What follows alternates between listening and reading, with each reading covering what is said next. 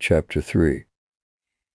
The old church stood at the edge of town, nestled against a dense tree line that seemed to swallow the last light of day. It was a small white wooden structure, its paint peeling and weathered by years of neglect. The steeple rose tall and slender, while the graveyard beside it lay shrouded in shadow, its tombstones worn and crooked.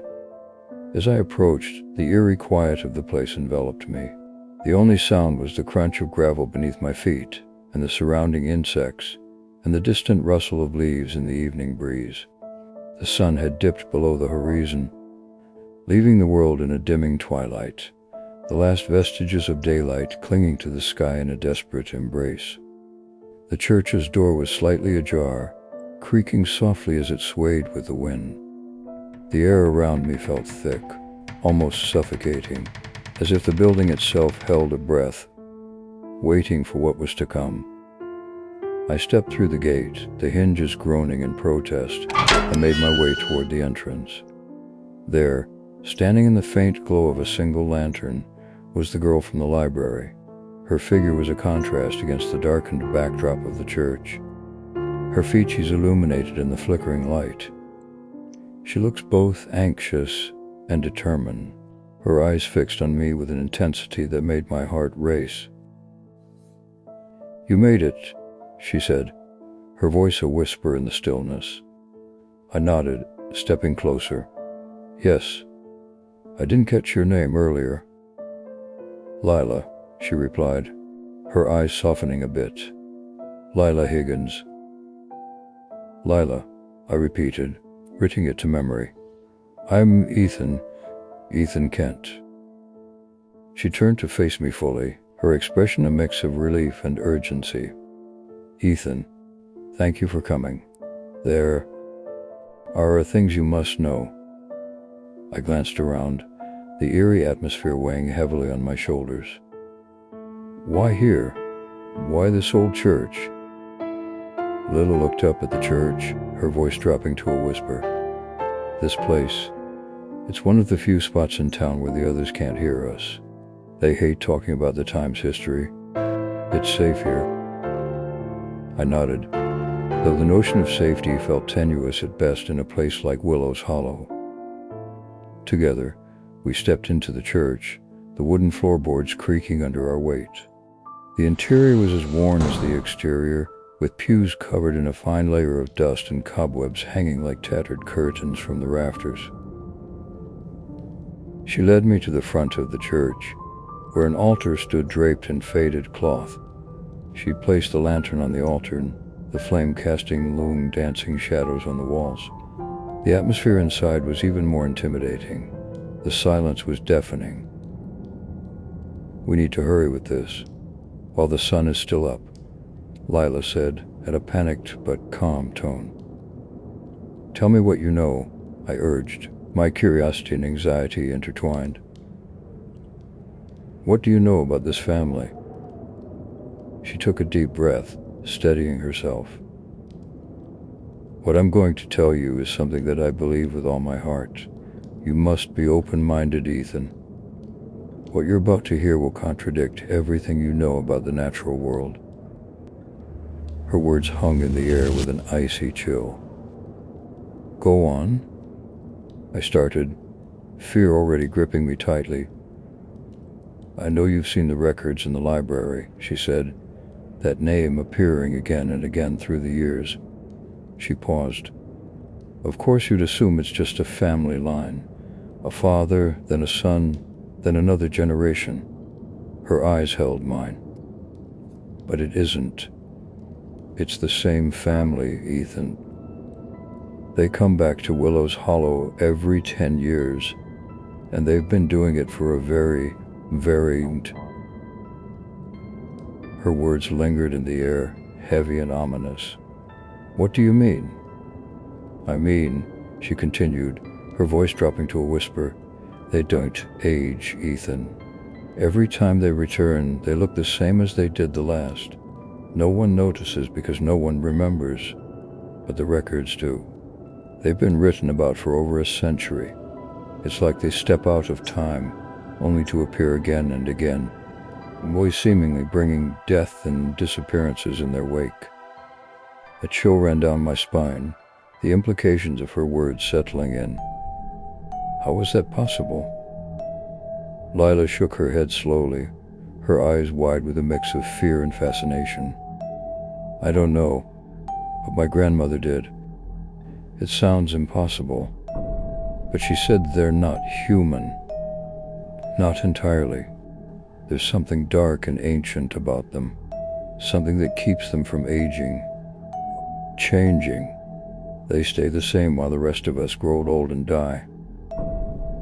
Her words painted a picture of a dark legacy, one that had woven itself into the very fabric of Willow's hollow. And the townsfolk? I asked. Why don't they do anything about it? Fear, Lila replied simply. They're terrified. The Drowlocks have a way of making people forget, of making them too careful to speak out, like the shepherd of the sheep flock. But there are those who remember, who know the truth, and even they will never speak on it. A chill ran down my spine. The more she spoke, the clearer it became that I was dealing with something far more sinister than I'd anticipated. The darkness that surrounded the Drowlock family wasn't just metaphorical. It sounded real, and it had its claws deep in the heart of this town. Though I remained skeptical, struggling to process what she was saying. Lila, that doesn't seem possible. People don't just stop aging. Are you positive? She nodded, her expression grave. I know it sounds impossible, Ethan, but I've lived it all my life. I've seen it with my own eyes. They don't change. The same faces, the same expressions. It's like time doesn't touch them. I wanted to dismiss her words, to rationalize them as fear and superstition. But the sheer sincerity in her eyes and the consistency of her story made it difficult to brush off entirely. The implications of her words were unsettling, to say the least, but I couldn't just let myself jump to conclusions. Isn't it possible, I countered, grasping for a logical explanation, that they are just relatives of the same family who look very similar? I've read the past papers on the town's history, and the Drowlocks, their name is included on nearly every one of them. It's their family name. That would make more sense than them just not aging, don't you think? I looked at Lila, hoping to have said something that could rewire her train of thought, but to no avail. She sighed, frustrated but patient. I've considered that, of course I have, but it's not just the resemblance. It's the way they act, the way they move. It's like they're stuck in time. And the disappearances. Ethan. It all points to something far more sinister than just a mere family resemblance. She could see that I wasn't fully convinced, and it was obvious my skepticism was wearing on her patience. Her face tightened with frustration. Her eyes bore into mine as if willing me to understand. I can tell you don't believe me, she said, her voice quivering with a mix of exasperation and fear. But I'm not making this up. The Drowlocks are not what they seem, and whatever they are, they're a threat to everyone in town. I tried to digest her words, my mind racing with the possibilities. This is a lot to take in. I need to know more. Do you have any proof, at least? Lila sighed, glancing at the fading light outside. Not the kind of proof you'd want, just stories, records, and my own memories. But you must believe me, Ethan. They are not what they appear to be. The sun was now mere minutes away from sinking beneath the horizon, casting long shadows through the broken windows. Lila glanced at the approaching darkness and took a step back. I need to go now, Ethan, and I strongly suggest you do the same. The night's here. It brings more than just darkness. With that, she swiftly walked out the door. I watched her retreating form, the weight of her words settling heavily on my shoulders. As Lila left, the church felt emptier than ever. The deafening silence seemed to grow louder in her absence, the faint creak of the old wooden beams echoing like ghostly footsteps. The single lantern she had left behind cast flickering shadows that danced eerily along the walls, turning the pews into phantoms. I stood there for a moment, letting the unease settle in my bones, before I gathered my things and stepped out into the approaching night. The moment I left the sanctuary of the church, the fog was back with a vengeance, and wrapped around me like a damp, suffocating blanket. It was thicker now, turning the world into a series of indistinct shapes and ghostly outlines. The trees were completely deserted, not a soul in sight. The silence was profound, broken only by the groaning of the wind as it weaved through the trees and around the old buildings of Willow's Hollow. It felt as though the town itself was holding its breath, waiting for something unspeakable to happen. I started my walk back to Darwin's house, each step feeling like it carried me deeper into an unseen menace. The fog muffled my footsteps, though the sound of my shoes on the wet ground echoed through the silent streets, making me feel vulnerable. Every now and then, you catch a glimpse of a shadow moving just at the edge of your vision, but when you turned to look, there was nothing but swirling mist. The streetlights cast long, distorted shadows that seemed to twist and writhe like living things, adding to the sense of unease that gnawed at my nerves. The old cobblestone streets were narrow and winding. Each turn revealed another stretch of fog-shrouded emptiness. The houses, with their darkened windows and overgrown gardens, loomed like watching entities. The air was cold and damp. The wind whispered through the trees, carrying with it a faint, almost indistinguishable sound that could have been leaves rustling or something else entirely. As I walked, I all of a sudden couldn't shake the feeling that I was being watched. It was a primal sensation, a deep-seated instinct that set my heart pounding and made my steps quicken. My eyes darted to every shed, every movement in the fog, but there was nothing concrete, nothing tangible that I could see, just the ever-present feeling of unseen eyes tracking my every move. I was only a few blocks away from Darwin's house when the sense of dread only intensified. It felt as though the fog was closing in on me, the shadows growing darker and more oppressive. The air seemed to thicken, as if the atmosphere itself was conspiring against me. That's when I heard it, a whisper, faint at first, but growing steadily louder. Help me. Help me. They won't let me go. Please.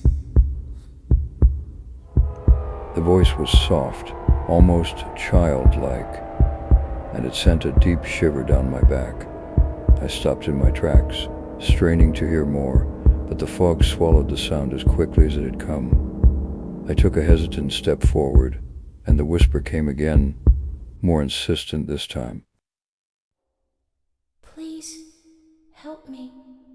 They're coming. I can't get away. My rational mind tried to dismiss it as a trick of the wind, but deep down, I knew it was something else. The voice was too real, too desperate to be just a figment of my imagination. I looked around, peering into the thick fog, but saw nothing. The street was just as empty as before, the houses silent and dark. I resumed walking, my pace quicker now, driven by a mix of fear and determination. The whispers followed me, growing fainter but no less chilling. Help me. Help me. They're here. I could almost see the outline of Darwin's house through the fog, the faint glow of the porch light a beacon in the gloom. By now I was engaged in a full sprint, the sense of dread nearly overwhelming, each step feeling like it took me closer to something sinister, something waiting just beyond the reach of the light. By the time I reached Darwin's door, my heart was about to pound out of my chest and I could feel the sweat on my forehead despite the cold. I glanced back one last time. Fog swirling in the street. The whispers now silent. I didn't see anything. Just the feeling of being watched lingered. I knocked on the door desperately, the sound echoing loudly in the oppressive silence. One answered almost immediately, his face a mix of concern and relief. As I stepped inside, the warmth and lights of the house envelops me, a huge contrast to the eerie, fog-shrouded streets outside. But the feeling of unease remained, the whispers echoing in my mind. The night here brings more than just darkness, Lila had said, and now, more than ever, I believed her. What the hell happened? Darwin asked, a mix of worry and anger. Why were you out after dark? I took a moment to catch my breath, the lingering dread from the events that had just unfolded still clinging to me. The local who I met at the library. We were at the old church down the road near the forest. She was telling me what she knew about the Drylocks. Darwin's eyes widened with a mix of surprise and concern. The Drylocks? What did she say? I hesitated, trying to find the right words. She thinks they're not human, that they've been coming back to this town every 10 years for over a century. She said they don't age. She remembers seeing them as a child, and they look exactly the same now. Darwin's face paled. That's ridiculous. Everyone ages, Ethan. That's what I said, though she wasn't convinced. I replied, feeling the weight of the conversation. Dolan started to eye me head to toe and noticed the sweat on my forehead and my still heavy breaths. What happened out there? He asked with concern. I'm not actually sure now. Looking back on it, it could have just been my paranoia getting to me as I was alone. But I could swear I could hear voices. It sounded like a young girl. She was calling out for help. Darwin's eyes betrayed a mix of confusion, yet comprehension. The fog, he muttered, his voice barely audible over the sounds of the wind outside. It isn't the same kind of fog you're used to. His gaze wandered into the thickening haze in the window. It plays tricks on you, makes you hear things, see things that aren't there. His words hung in the air, punctuated by the distant howls of the wind. At night it gets worse, much worse. It grows so thick anyone can lose their bearings and wander into the woods. He continued, his voice low. That's how people go missing. You don't walk those streets alone in that fog, and you do not walk anywhere alone after dark. Not here. His eyes sharpened. You're lucky you made it back tonight. A cold, gnawing fear settled into my gut. His words hung heavy in the air. You should try get some sleep, Ethan. Out here, sleep is something hard to come by. Best to get as much as you can. Later that night, I lay in my narrow bed, my mind adrift in a tired haze, desperate for sleep that refused to come. The room, small and modestly furnished, felt stifling, the shadows cast by the dim light of the moon. I tossed and turned, the sheets tangling around my legs, my heart pounding an unrelenting rhythm in my chest. I didn't know why. It seemed every time I closed my eyes, my thoughts swirled in a chaotic loop, refusing to settle. As the night wore on, my worst nightmares came true. The whispers returned, now more real than before. At first they were ever so faint, barely more than a murmur, blending with the rustle of the fog against the window. Help me, please. They won't let me go. The voice was that of a very young girl, filled with a haunting desperation. My eyes snapped open, the whisper echoing in my mind. I sat up slightly, straining to listen in the silence. But there was only the eerie quiet of the town. No wind, No crickets chirping. I told myself it was just my imagination, a trick of the fog. After all, Darwin did say it can make you weary sometimes. But the whispers grew louder, more insistent. Help me, please. They've taken me. The words drilled into my brain, repeating over and over, driving me to the brink of madness. Panic surged through me, my breath coming in thick and heavy. My body trembled uncontrollably. I pressed my hands to my ears, but the whisper seemed to come from within, resonating in my very bones. Then came the tapping.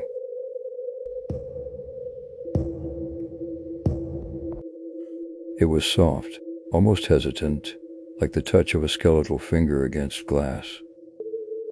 My blood ran cold, my paranoia flared, drowning out any rational thought. What was happening? Was I losing my mind? My eyes darted around the dark room, searching for a source, praying to God it was something explainable. Maybe a branch tapping on the window, maybe a bird. Anything to ground me to reality and give me a peace of mind. I was desperate. I forced myself to look towards the window, my breath catching in my throat. Thick, heavy drapes hung over the window, usually allowing only the faintest sliver of moonlight to seep through. But now, moonlight was obstructed. What I saw made my skin crawl. I could hear my own heart thumping so hard I thought it was going to give out. In a way, I wanted it to. Anything to escape the hellish horror that had suffocated me. A long, dark, crooked shadow stood tall, casting a deep black silhouette over my bed. My heart lurched into my throat. The shadow had elongated limbs and a head that tilted at an unnatural, sickening angle. It was impossible, a nightmare made flesh. For a split second, the thoughts of maybe it could be a person crossed my mind, though that was instantly extinguished as the realization hit me that I was on the top floor. There was no ledge, no balcony. There was absolutely no way a person could be standing there. Help me, Ethan. Please. The whispers intensified, the voice now sounding off. The once young girl's voice now sounded as if there was a deeper, more sinister voice in the background of each word. It was as if the voice itself was being manipulated by something insidious. Each plea for help tainted by a malevolent undertone that made my skin crawl. The shadow shifted, its form grotesque and unnerving. A pair of eyes, seemingly glowing with a piercing blue, appeared in the shadow, staring directly at me. My breath came in ragged gasps. My chest tightened with sheer primal terror. It felt as if an icy finger had wrapped around my heart, squeezing the life out of me. I wanted to scream, to run, but my body was paralyzed, locked in place by an unimaginable dread. It felt almost unfair. No human should ever experience such a level of fear. Why me? The whispers swelled, each plea for help now a twisted, horrifying chorus that echoed in my mind, a dagger of horror driving deeper into my soul. The shadow loomed larger, its movement slow and deliberate, almost mocking my helplessness. The eyes, those terrible eyes, bored into me, piercing my soul. I couldn't look away, trapped in the gaze of this entity at my window. The whispers grew louder, the deeper voice overshadowing the girl's desperate cries, turning them into something monstrous and unholy. Summoning every ounce of strength I had left, I managed to jerk my body upright. The movement shattered the spell, and I sat there drenched in sweat, gasping for breath. I looked frantically at the window, but the shadow was gone. The whispers silenced. The room was still and quiet, save for the sound of my own ragged breathing. My heart continued to race, my eyes wide with lingering terror. I glanced around, half expecting the shadow to return, but there was nothing. The weight of the fog seemed to lift slightly, though the memory of that haunting whisper and the glowing eyes remained etched into my mind. I forced myself to move, to break the paralysis that had held me captive. I got out of bed and stumbled to the window, yanking the thick curtains aside.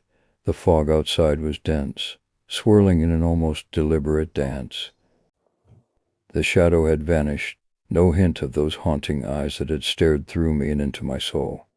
I stood there for a moment, trying to steady my breathing, trying to just convince myself it had all been a nightmare, a mere product of my exhaustion and the eerie stories Darwin had told me. But deep down, I knew it has been more than that. The whispers, the shadow, the sinister voices, almost as if something was calling out to me.